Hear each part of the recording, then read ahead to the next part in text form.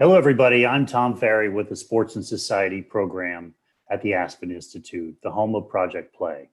Since the start of COVID-19, we have tried to help our networks of 20,000 leaders, coaches, and parents navigate the myriad challenges in keeping kids physically active and laying the groundwork for a safe return to play.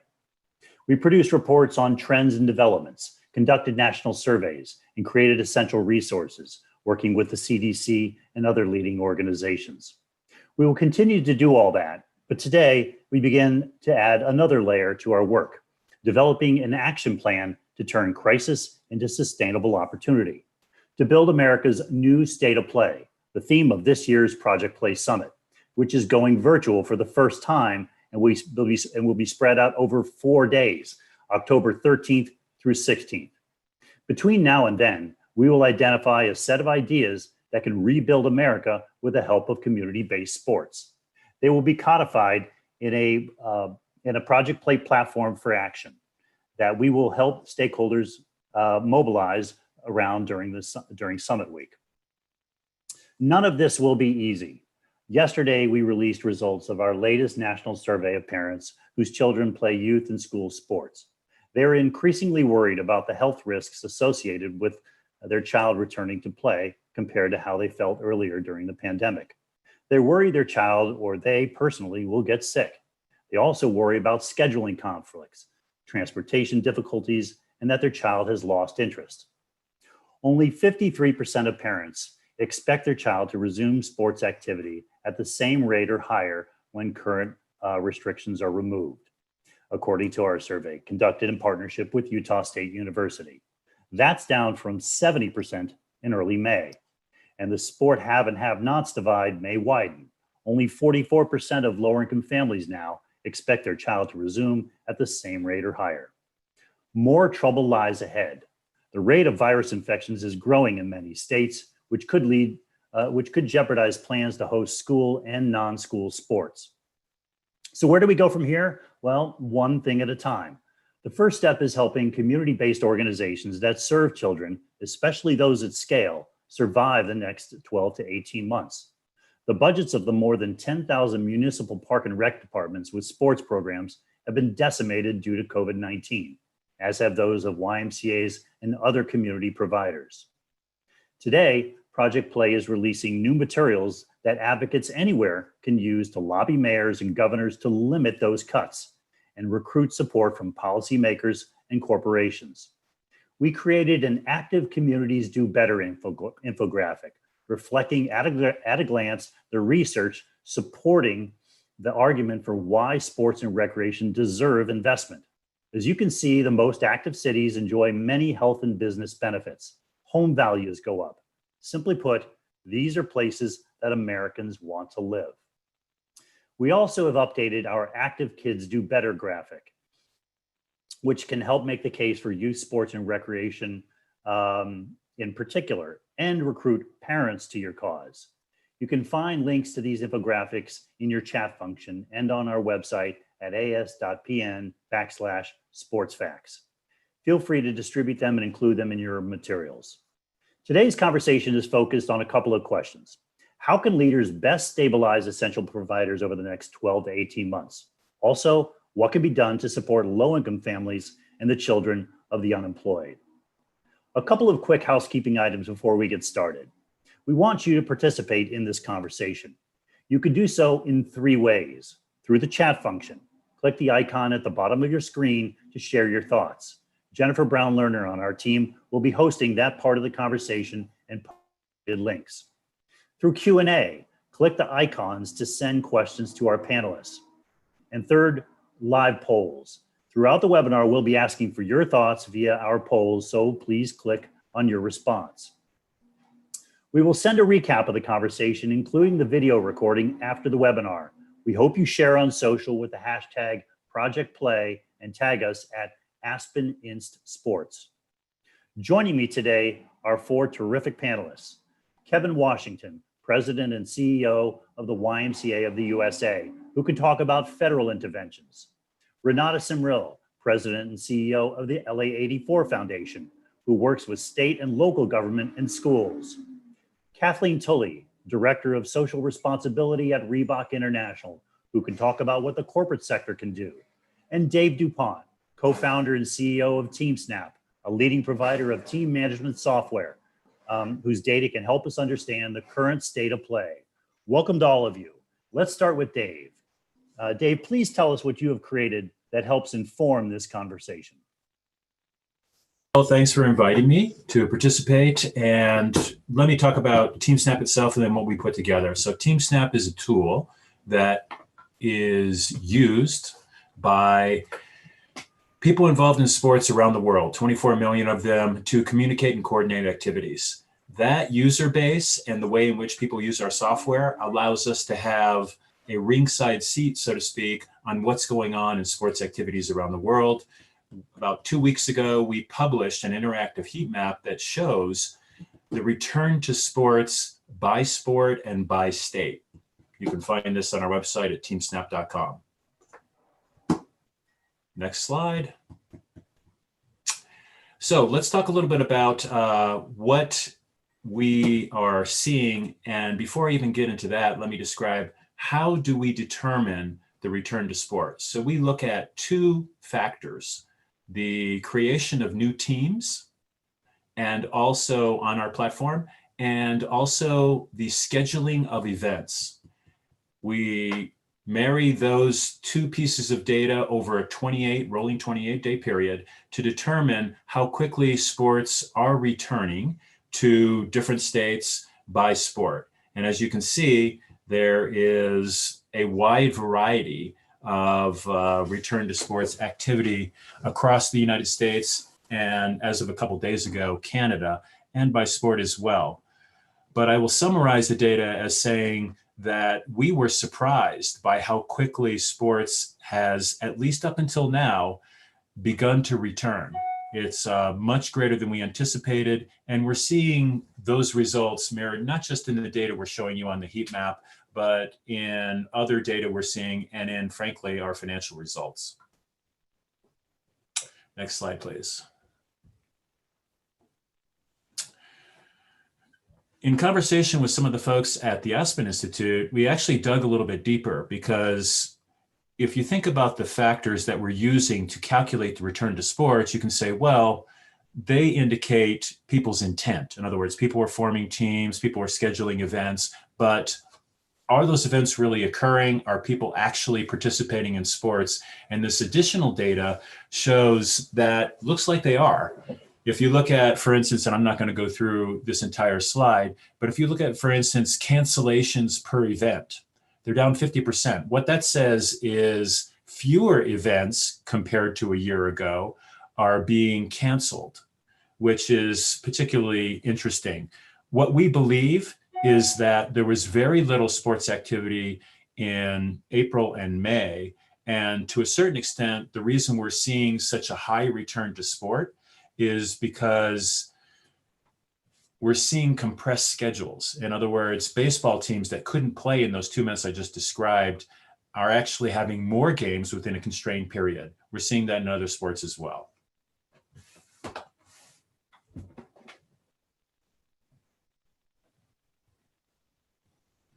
And this last slide here shows, and it echoes some of what Tom just told us. So this looks at the results of surveys we've been performing, as well as the return to sports summary. So what you see is on the lower right-hand side of the slide, how quickly has baseball returned?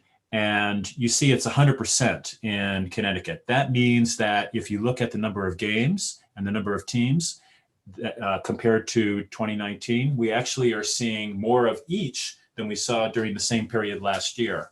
But that doesn't mean that everybody's comfortable. Parents in particular, and the survey results are shown in the upper left there, are you comfortable with sports resuming in the area? And parents are saying, kind of similar to what we saw in the results from the survey that Tom described a little bit earlier, that there is a portion of folks that are quite comfortable, around 40%. There are a lot of folks in the middle, they're not quite sure, and something like 30% are very nervous. So we're seeing a range of attitudes about the return to sport, but the sports are resuming, at least up till this date. There remains a lot of uncertainty about the future, and we will see as we move into the coming weeks and months how things work out.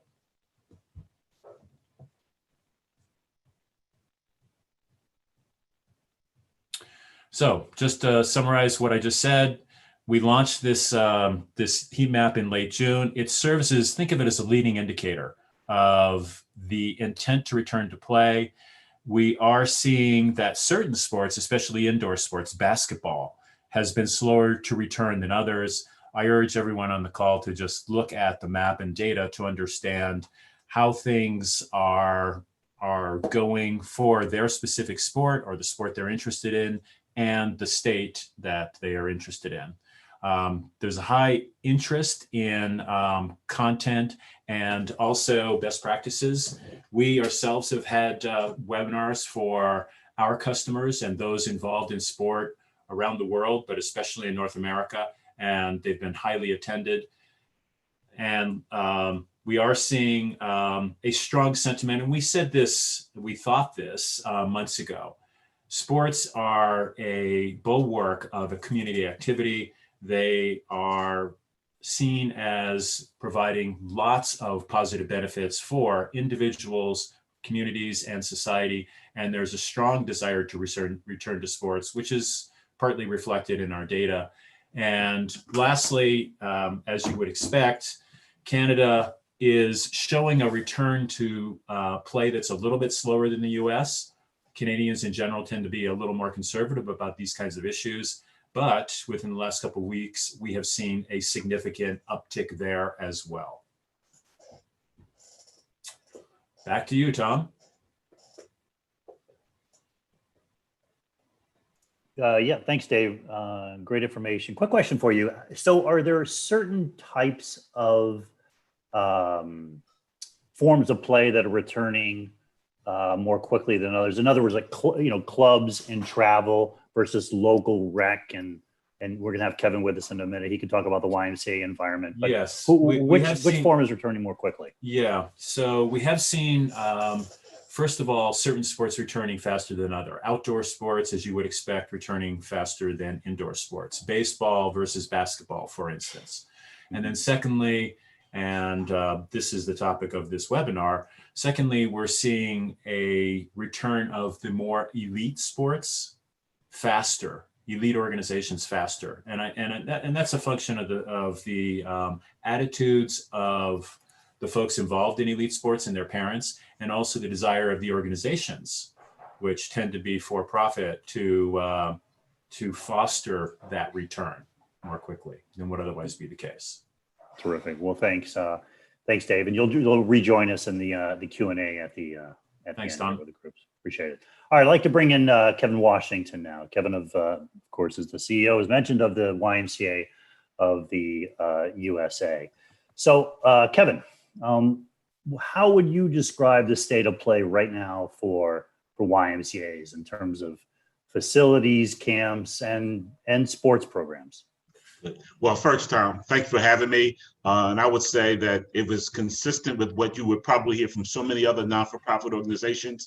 The last 4 months for YMCAs has been devastating in terms of their ability to open, in terms of the ability to do their programmatic activities, in terms of furloughing staff and things of that nature. I would say right now, as of probably yesterday, about 85% of our YMCAs have been opened. The biggest issue has been much of our resident camps, all of our independent resident camps, have decided not to have their sessions this summer, not because they couldn't operate safely and responsibly, but because of the experience that they would have provided the young people was not the one that they wanted to have. So they decided not to do that. Most of our day camps are operating, so a lot of our sports activities is going through those kinds of programs. Our day camp programs are operating across the board. Why? Because we know in order for this economy to really open up fully, day camps was a really important activity that has to happen in communities. And there's also a place where kids have activity to engage in fun, engage in sports. So many of those are operating right now, but on the coast, as you probably have heard, Arizona has closed. California, as of yesterday, has closed. And New York and that northeastern part of the country still is very slow in opening up a lot of the activities for our YMCA. So it's been a mixed bag. It's been a very trying time for a lot of our YMCAs. Many of them have furloughed before this between 75% and 95% of their staffs. So it's been a devastating process for YMCAs, and we're just starting to get open up. And many of us are responding to significant needs of how we have to operate in this pandemic environment. So, yeah, and you talk to other youth-serving nonprofits that serve kids at scale, whether it be the Boys and Girls Club or NRPA or National Recreation Parks Association or otherwise. Is this the story for them as well that you're hearing in terms of the challenges and the? I would say yes, Tom. As part of Bechtel environment, we have a group of us CEOs that continue to meet on a regular basis, and I'm on the phone with them at least once every 2 weeks.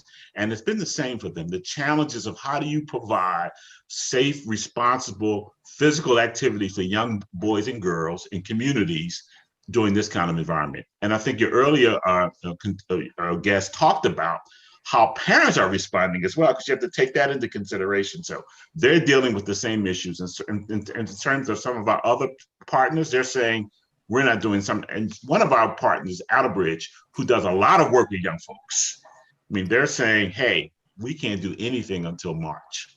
Right. So it's been a very, very difficult process for a lot of our youth serving organizations. We try to respond appropriately to this pandemic. Yeah, absolutely. So, I mean, look, sports exists within a larger context of this country and its needs. Exactly. I mean, what role do you see these organizations, yours and others, that serve kids at scale in helping the country get back on its feet? Thanks, Tom. One of the things I talk about is that as we go through this pandemic, we were responding with setting up emergency childcare centers, food, things of that nature, partnering with organizations as they serve people through this pandemic. It's so important that the government and other entities recognize that to get through this, there's going to be significant support. Because while we were prevalent in that pandemic and serving communities, they're going to need those organizations, nonprofit organizations, sports organizations, even more as we get through this process. So how do we ensure there's a pathway for organizations like ours and others that they can survive this so that they can continue to serve so important young people in all communities, particularly those vulnerable communities where this kind of work is so important to their physical, emotional, and social development. So the government has a role to play, and we've been asking them, lobbying them, cajoling them to ensure that they understand how important organizations like Boys and Girls Club, YMCA, Girl Scouts, all of those nonprofits are to be able to support these communities as they get through the other side of this pandemic, which we will get through. We'll get. How many children, do you have an estimate on how many children are impacted by the viability of these organizations? That's a good question. For us, we serve 8 million youth a year.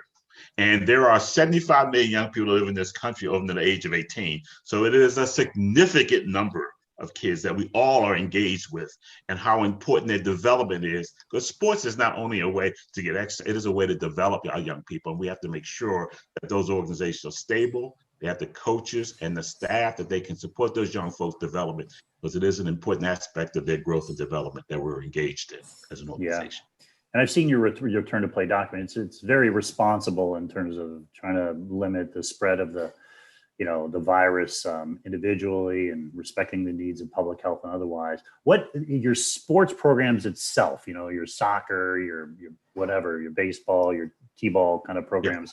Yeah.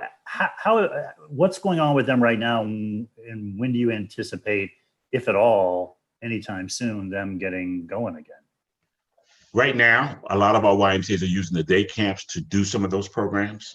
I know some of our specific programs, swimming and gymnastics, which are huge activities for YMCAs.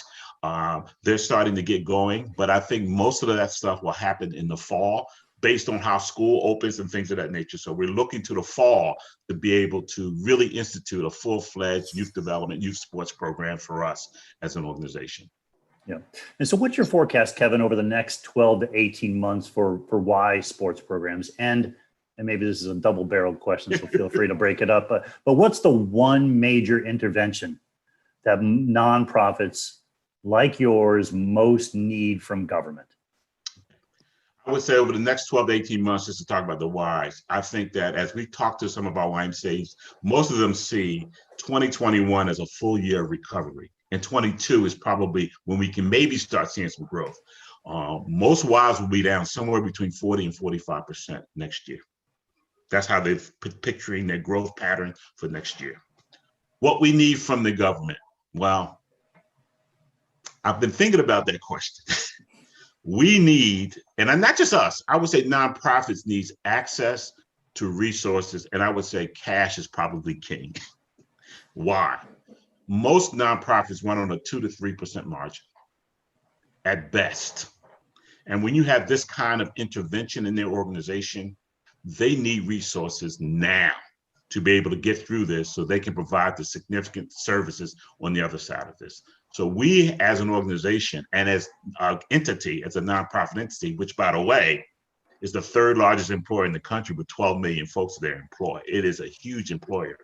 We've been connecting with all of our nonprofit partners to really go at the government, the Congress, to say, we need your help.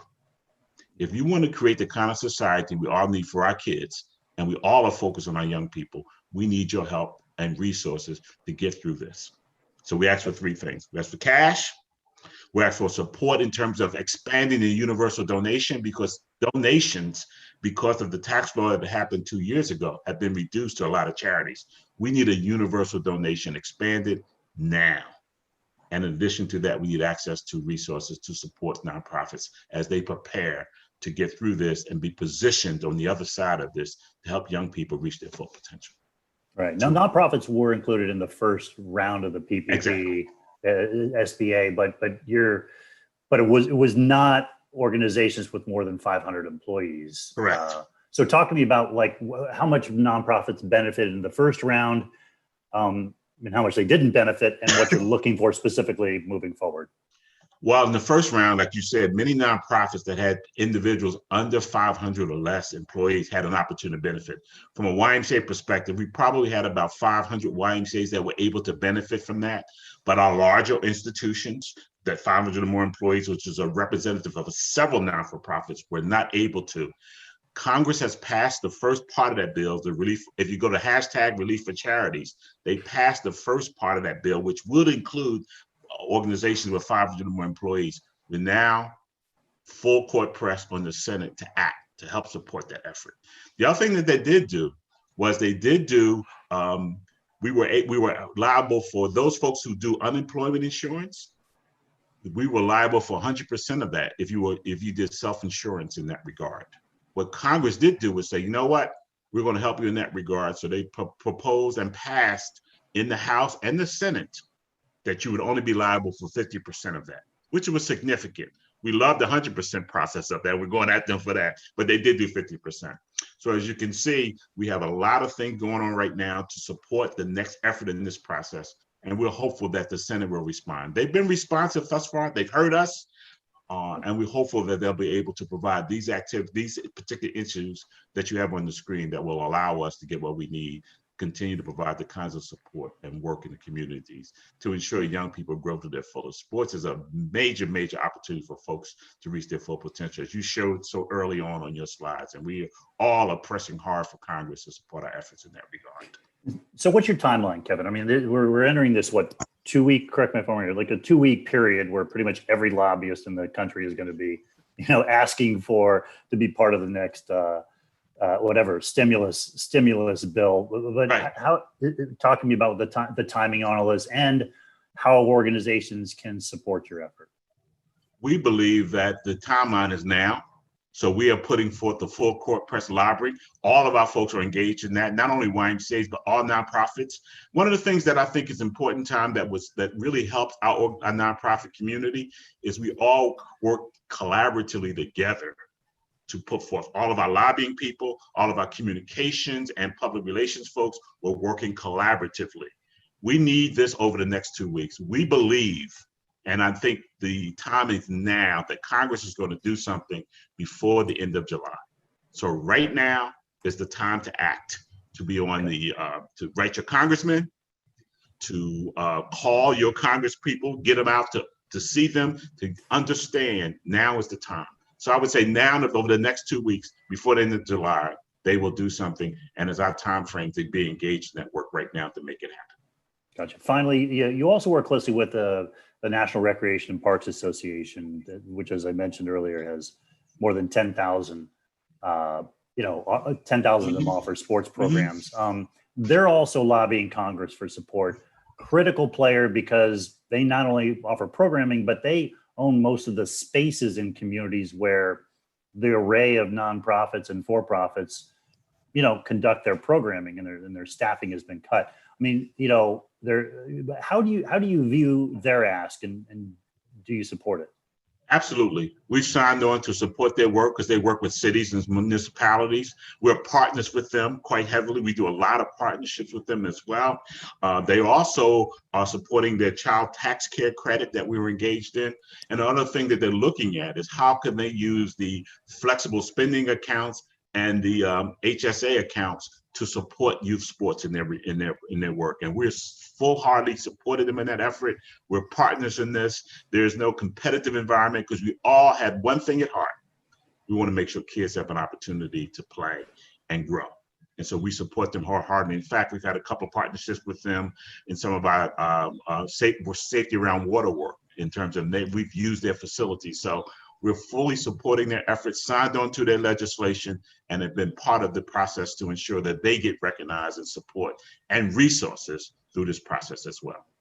Terrific. Well, thank you, Kevin. We're going to bring you back after we talk with Renata and Kathleen. So with that, I'd like to bring in Renata. Again, President and CEO of the LA 84 Foundation. And Renata, congratulations. Huge day for you yesterday, launching this historic initiative in LA, where 11 teams, the 11 pro teams in the area coming together, forming the Alliance around play equity and using sport as a way to address racial equity issues. It's a big apple you're biting into there, but really admire your work there. Again, congratulations. Thank you, Tom. It certainly was a historic day. And like I said, now the work begins today. So more to come on that. More to come, absolutely. All right, so paint a picture for me here. You, like I, live in California, in Southern California. What is the state of play as you see it in LA and this state? I think Kevin hit it square in the head. It's a mixed bag, depending on where you are in the state. Some programs are opening, some are safer at home. And I think some of the elite clubs in more affluent communities are, playing outside. So if I was to break it down, just yesterday or Monday, I should say, the schools, LAUSD and San Diego Unified School District, both voted to continue distance learning for the fall. Orange County Department of Education is actually returning to full school. So we'll see how that impacts school-based sports.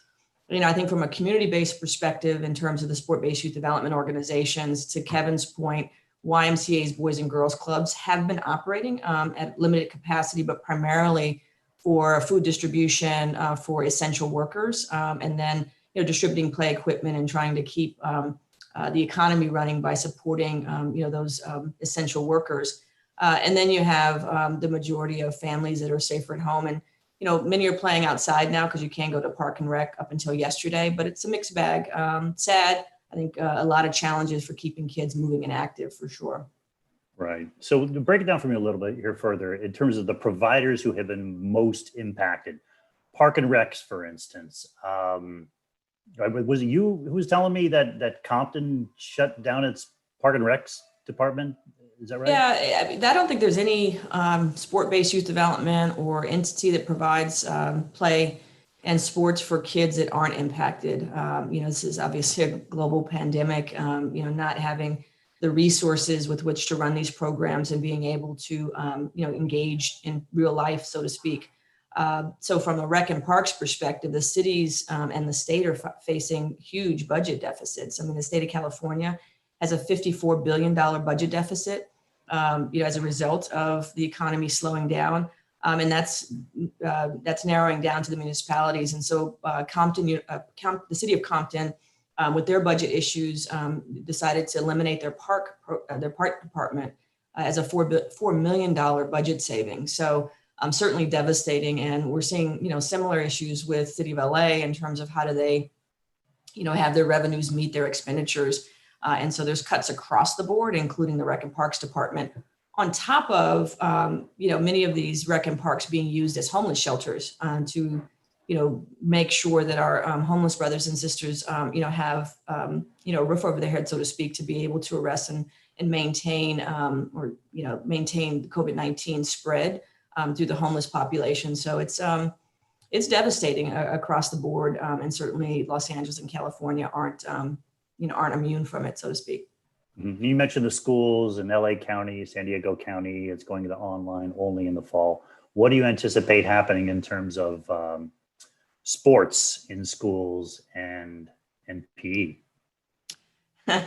Well, no PE, no sports. CIF, I'm surprised they haven't come out with their announcement this week. They're supposed to come out next week on the 20th in terms of what high school sports looks like. But given the decision that, like I said, LAUSD, the second largest school district in the country, made to continue distance learning through the fall, it's not likely that high school sports will resume because schools aren't in session. And so, the question becomes, how does CIF and high school sports sort of shift?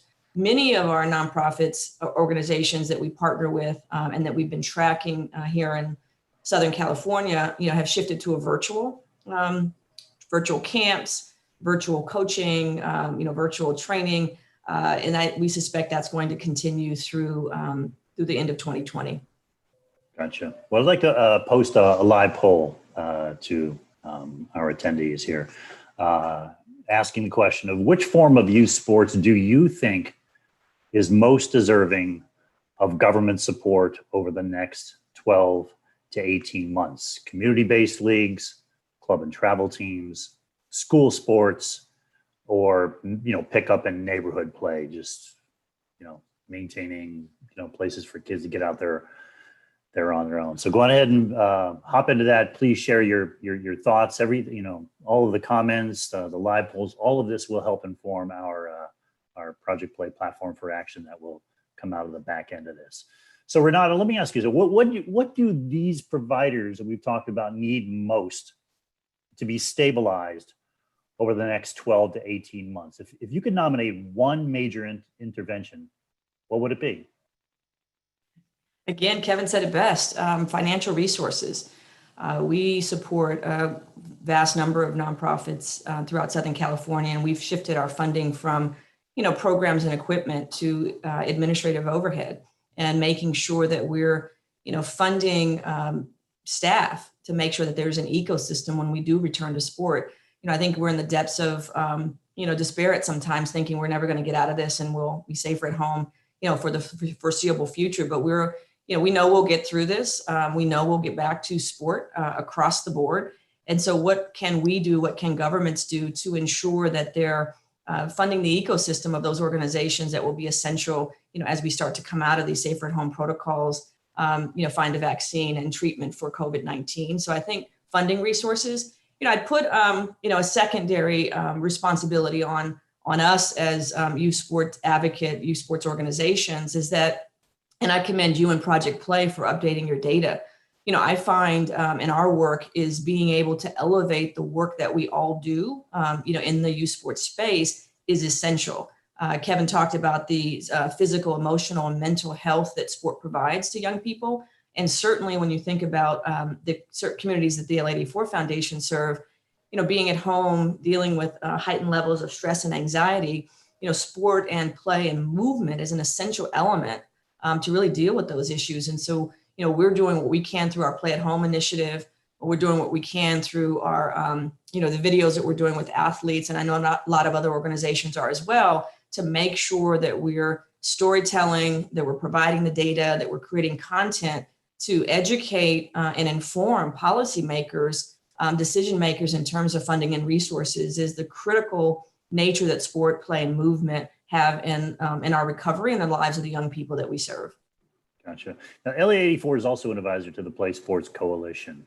What is the ask there, and how is that effort going?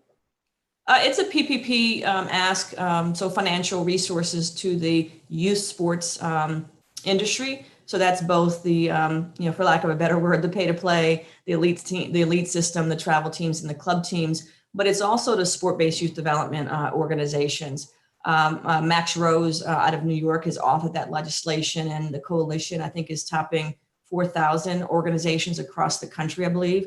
But what our interest in is making sure that any financial resources that come to bear as a result of that coalition has an equity lens through which those dollars are distributed. And so there's a subcommittee, sport-based youth development subcommittee of organizations across the country, Seattle, Philadelphia, Chicago, Buffalo, that are meeting on a regular basis as well. And have had Benita Fitzgerald Mosley has really put that group together, formerly with Glorious Sport for Good, to make sure that, again, any funds that come in are distributed at a priority level, if you will, to community-based and school-based organizations. And that the first round of PPP was a repayment option. And so there's also been language in the legislation to ensure that those smaller community-based and school-based organizations, have a relief so it converts into a grant. And they're also looking at, as Kevin mentioned earlier, about the complexity of applying for those dollars, having to have financial relationships, is they're also looking at and exploring an intermediary relationship. So if you have the Philadelphia Youth Sports Collaborative as an example, or King County Play Coalition, a nonprofit that's standing up, speaking for community organizations, can they be an intermediary that receives those funding from any relief package that is approved? And then those are distributed to the community-based organizations. And so that we're reaching, more of those smaller nonprofit organizations that might not have the capacity or the relationships with the lending institutions to be successful in their application. So some encouraging progress with the Play Coalition in terms of balancing the ask between the haves and the have-nots, if you will. And certainly, to your point earlier, the next 2 weeks, legislators are going to be very busy, receiving calls from a lot of, interested parties looking for relief to stand up their particular industry. Great, terrific. All right, well, thank you, Renata. Stick around. We're going to bring you back for Q&A. And I'd like to bring in Kathleen Tully now, as mentioned, Director of Social Responsibility for Reebok International. So hi there, Kathleen. What is the, you've been listening along here. What do you think is the best thing that the corporate sector can do to help fill some of these gaps? If you could pick one major overarching intervention, what would it be?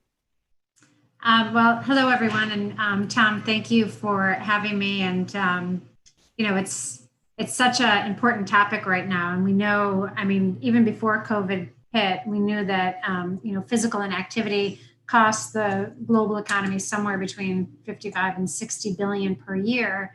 And we know that COVID has just exacerbated the inequities. And so the sporting goods sector, I'll speak to the sporting goods sector for a second. So I sit on the World Federation of Sporting Goods Sector for Physical Inactivity. And, there's a lot of talk about, we've been working with the World Health Organization on the Global Action Plan for Physical Activity, which is a reduction in physical inactivity.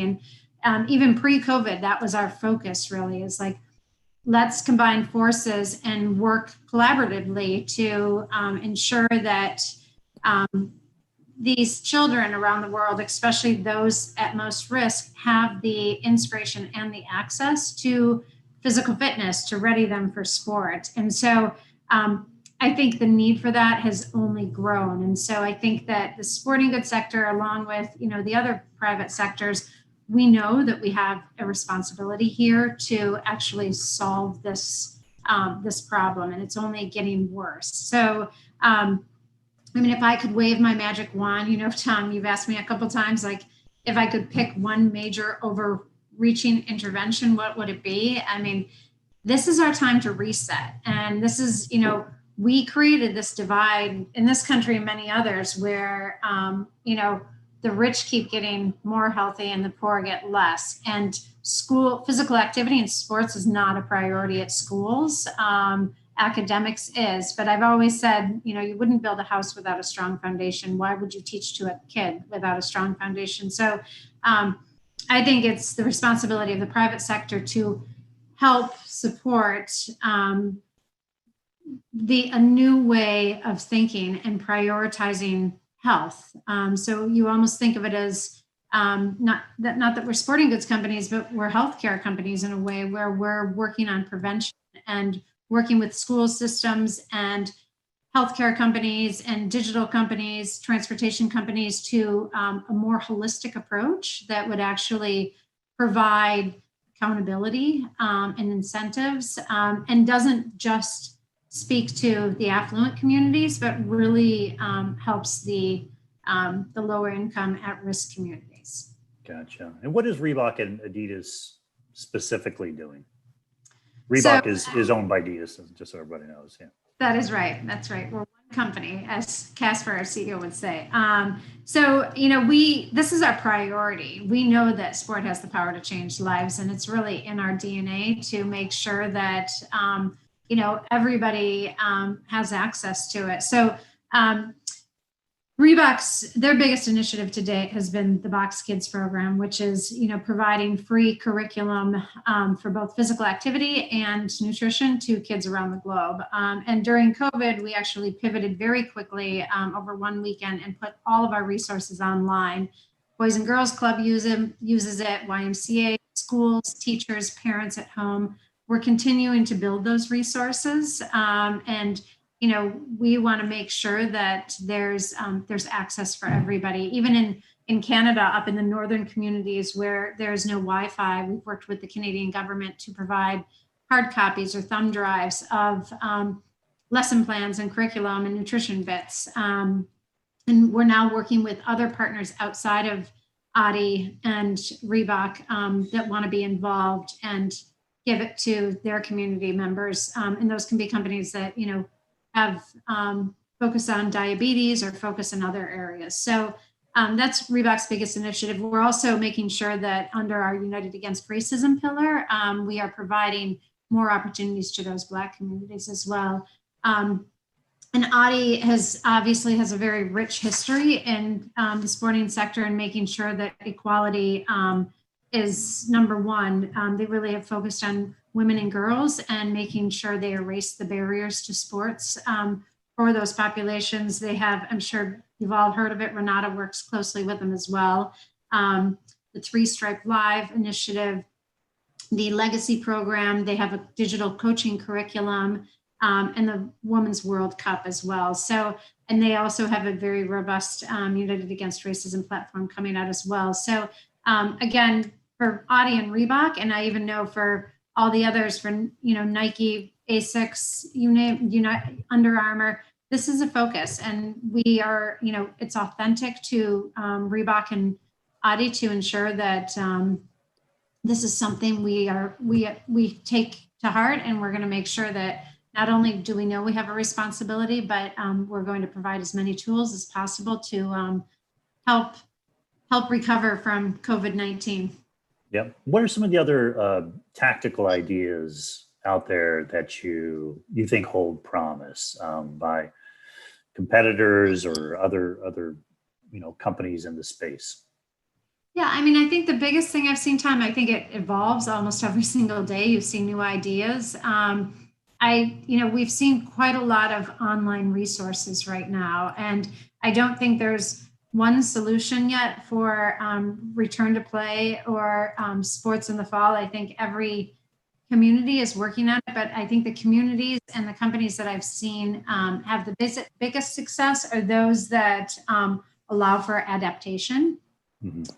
And that also, get kids pretty involved in kind of the lesson planning and the sharing of resources. So the more that parents can actually be flexible and set a schedule and say, okay, this is, I do worry about those parents, this fall, that as it is, it's really hard to juggle, two working parents and kids at home doing online. So I think the interventions that we've seen that work are where there's some structure to it, and also encouragement from the parents and the kids. Kids model the parents' behavior. So it's great to see some of the tools out there, but it's always evolving. Yeah, you made a good point the other day about how, COVID, and we can see this in our own data and research, it's made team play more difficult. So maybe the opportunity in the interim here is to promote physical fitness and literacy, physical literacy that prepares kids, to play sport when they return.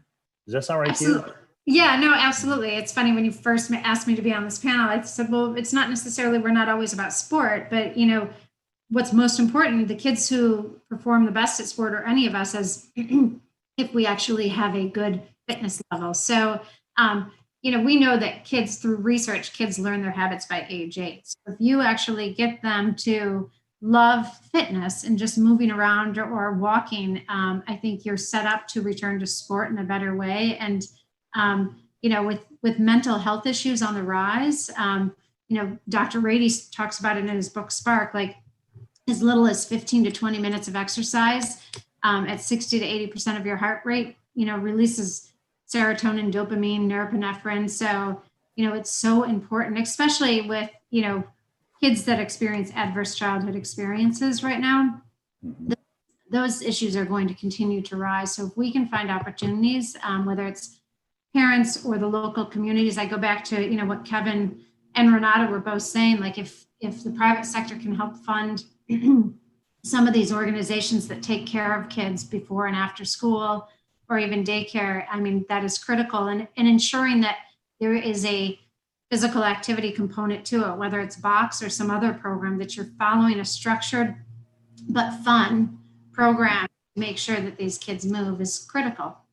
Right. The data we talked about earlier that we released yesterday, showing that, only 53% of parents expect their kid to come back to sports at the same level or higher, down from 70%. I mean, this could have major implications on the sports sector, honestly, in terms of selling product down the road. So, I mean, given that, what do you think is fair to ask of corporations in supporting lobbying and advocacy efforts in this space? And I'd like to post a live, what you think about it. Let me post a live poll here, asking our audience, which institution bears the greatest responsibility in supporting youth and school sports providers over the next 12 to 18 months? Federal, state, city, government, schools, corporations, or foundations. But yeah, what's fair to ask, Kathleen? I think right now we kind of are just, we don't get very involved on the lobbying efforts. We leave those to the experts, and I'm not going to pretend like I'm an expert in that space. But I think that we need to keep our eyes on it, and that's why, and come up with a collective decision on where we go. And that's why, we are part of the World Federation of Sporting Goods. We look to them to guide us in this direction. It's obviously in the US, it's SFIA. But I feel like things are changing by the day right now. So it's hard to say, how we can support the lobbying efforts. Our biggest concern are those communities in need. And that's what we'll keep our eyes on. Gotcha. Okay. All right. Let's go to some, thank you, Kathleen. Let's bring everybody back and we'll go to some audience Q&A, and our team is going to read some questions. Is that Jennifer, I guess? Hi, John. Oh, Marty. Yes, I want to say thanks to all of our speakers for your great contributions, and thanks to our audience for your great questions. Don't have time to get to all the questions. I've tried to combine them as much as I can. The first question, I think really is for everyone, but I'll start to Kevin first here. We've been talking a lot about the divide between nonprofit sport-based youth development programs and for-profit competitive sport programs. And as Dave mentioned earlier, they're returning, it seems, at different rates. How can we create an environment where those club organizations can partner with community-based organizations like YMCAs to help serve all kids? Can clubs help supplement and offset some of the cuts that community programs are seeing? You're on mute, Kevin. Kevin, you're on mute. I'm getting it. Nope, you're on mute again. Nope, Kevin, you're on mute. There you go. All right, how's that? Excellent. First of all, I do think there's opportunities to partner, and I would suggest that all YMCAs and communities are looking to partner. So opening up opportunities to do that is one thing. I think the area that I think would be the most important, if you think about it, is where there are opportunities of partners in communities that are disadvantaged or don't have the opportunities to have the kinds of club programs that may be existing in other communities. I think that may be the great partnerships.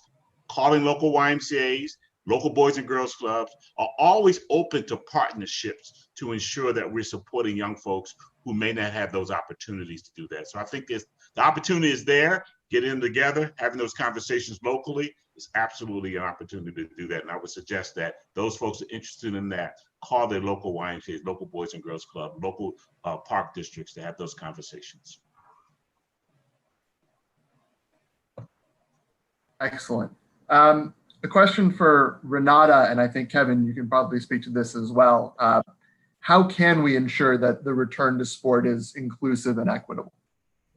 That's a great question. And I think to Kathleen's point, it's going to, take us some time to get there. I'd say that the Play Coalition has really been having those conversations. So while the Play Coalition is really focused on financial relief from the federal government for the youth sports industry across the board, I think the unintended benefit of that coalition is that we've started to have conversations about exactly that, and looking to stand up the coalition as a organization that really brings some balance to the industry and continues its effort post COVID-19 as we come out of the recovery and continue to speak as one voice. I know we've had some conversations, here locally with a pay-to-play model, Steel Sports, in terms of how we can work more collaboratively here in the Los Angeles marketplace. And I think if we take those efforts both nationally and then be intentional to reach out to those club teams and travel teams and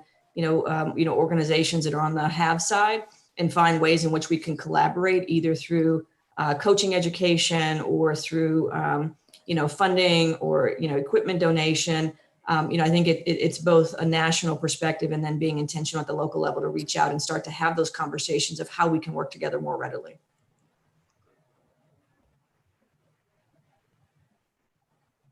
Thanks. A question that came in for Kathleen. We've been talking about community-based programs. We've been talking about club programs, but the poll suggested that a lot of people had concerns in particular about school sports over the next 6 to 12 months.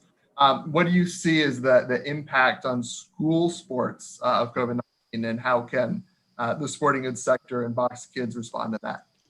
Yeah, so I locally have also seen that it's going, I feel like this could decimate school sports right now. I mean, unfortunately, I know just in my town in Natick, Mass, I think we're down, our budgets are cut somewhere between 2 and 4 million. And the first things that were on the table to cut were theater and sports. So I think that the more, the more we can advocate for, again, providing some free tools to just including curriculum and grants to schools. It goes back to my earlier comment about how PE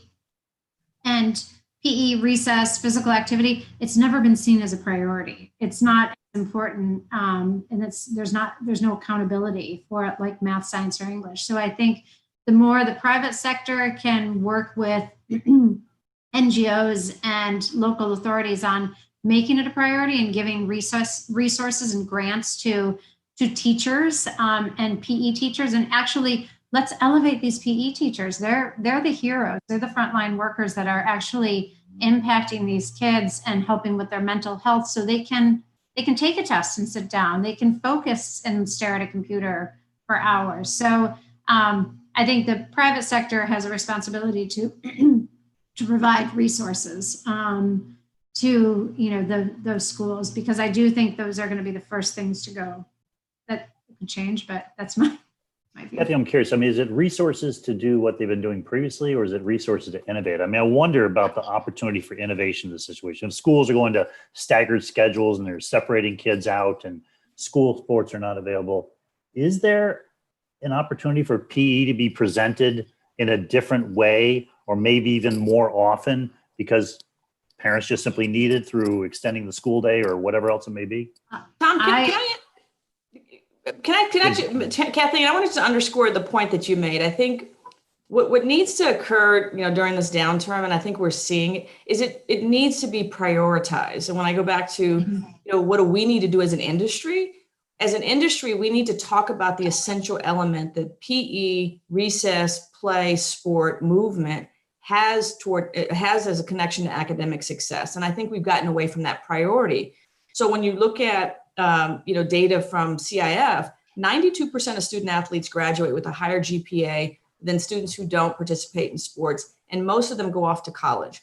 So I think we have a responsibility as an industry to figure out, how do we uplift, to Kathleen's point, PE teachers? How do we speak with one voice about the essential element? They talk about non-essential programs, and that's what gets cut from programs to start. And I believe, as Kathleen believes, and I think many people on this call believe, and certainly Project Play, that sport, play, and movement is not non-essential. It is essential to whole child development. And I think until we get, as an industry, speaking with one voice and educating policymakers and school administrators to that fact, I think we're going to continue to swim upstream because we have to reset our priorities and make that connection more precisely, more loudly, however we need to get it done, so that people see that it's actually helping them achieve their goals. 100% agree. She just said it better than I did. I'm channeling you, Kathleen. I love it. Let's do maybe one more question, then we'll wrap up. Sure, one more question, and I think that Tom actually is a good last word for this, but a question for Dave and Kathleen.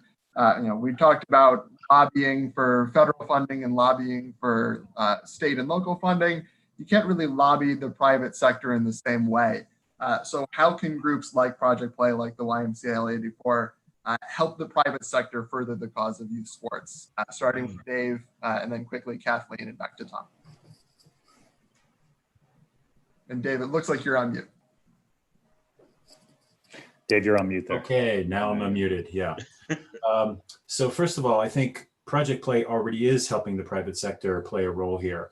And it is in organizing us, individual companies, along with other companies and organizations, to understand what we can do to help us join forces with other organizations, because ultimately it's in our interest. I am heading up a software company, and we provide tools for folks involved in sports, but anyone involved in the business of sports is interested in increasing participation and should have a social goal of especially increasing participation amongst disadvantaged youth. So I think that's already taking place, and I would just like to see more folks like my company get involved in the initiative, frankly, that Tom got rolling, and other organizations like Project Play. Kathleen, anything to add? So can I just reiterate the question and make sure I understand it? It's, how can Project Play help the private sector get more involved? Nonprofit organizations, whether a Project Play or whether a small community organization, you can't really lobby the private sector or a corporation the same way. So what is the right way for organizations in Project Play network to reach out to the private sector and groups like Adidas and Reebok? One thing I want to start with is that realize that COVID-19 really has impacted budgets, obviously. And so the private sector, I'm always amazed at what actually Adi and Reebok, I think they have gone over the top with their giving during COVID and United Against Racism. But it's really tricky for us too right now. So I think that right now, what we can do is we will continue to support the organizations that we're working on, and also look long-term with more of a strategic. This is not like, let's not do a one-off, write a check and be done with it. Let's work with the people who are making an impact right now, especially in those at-risk communities, and make sure that we have a long-term strategic plan that's holistic and stay focused with tactile decisions, because I do get nervous that sometimes people think it's just a moment in time. But, back to what we were saying, this is our opportunity to reset and let's join forces and let's make sure that physical activity is linked directly to mental health and that it is so critical. So I think the more education that these nonprofits can give the private sector, and those not included yet is important. But I also think in the past there's been always a lot of competition. But I love to hear Kevin talk about there is no competition between whether it's Parks and Rec or Boys and Girls Club or YMCA. It's like we have to protect our future, and protecting our future is protecting our kids. And if we don't, one of the stats that always blew me away from the World Organization is that I think it's 1 in 4 adults right now are inactive. This is pre-COVID, but 4 in 5 children under the age of 18 are inactive. So, you think about physical activity is a fourth leading risk factor for global mortality. Like we really have to work together. So to me, it's all about long-term strategic working together and collaboration. Right. Well, listen, thank you so much, Kathleen, and really everyone on the panel. I'm afraid this is all the time we have. I'd also like to thank our team, Jennifer, Fumi, John, Emily, Marty, and Rania. And to you, our Project Play Network, your participation in this session, your comments, and your feedback. I've been watching it. This will help shape the ideas that get included in the Project Play platform for action that we will introduce later this fall. The next event in our summer conversation series is August 5th on the rebuild we need now. In the coming months, the federal government could spend trillions on infrastructure to get more people back to work. If that bill were to include sports and recreation infrastructure, what would we want? And how to support the programs that come with more places to play. Please join us for that as we further shape the Project Play platform for action. Then join us October 13th through 16th for the Project Play Summit itself, where virtually we will help our network again mobilize around the most promising ideas in the platform. Finally, a reminder to please sign up for our newsletter. You can find that at as.pn/pp subscribe to sign up. That's where we'll be sharing upcoming webinars as well as reports and essential resources to help leaders, coaches, and parents navigate these uncertain times. And if you don't already, please follow us on Twitter and Facebook at Aspen in Sports for the latest on our reports as well as news and resources. Thank you all. Play safe, keep innovating, keep advocating, and we'll see you next time. Bye now.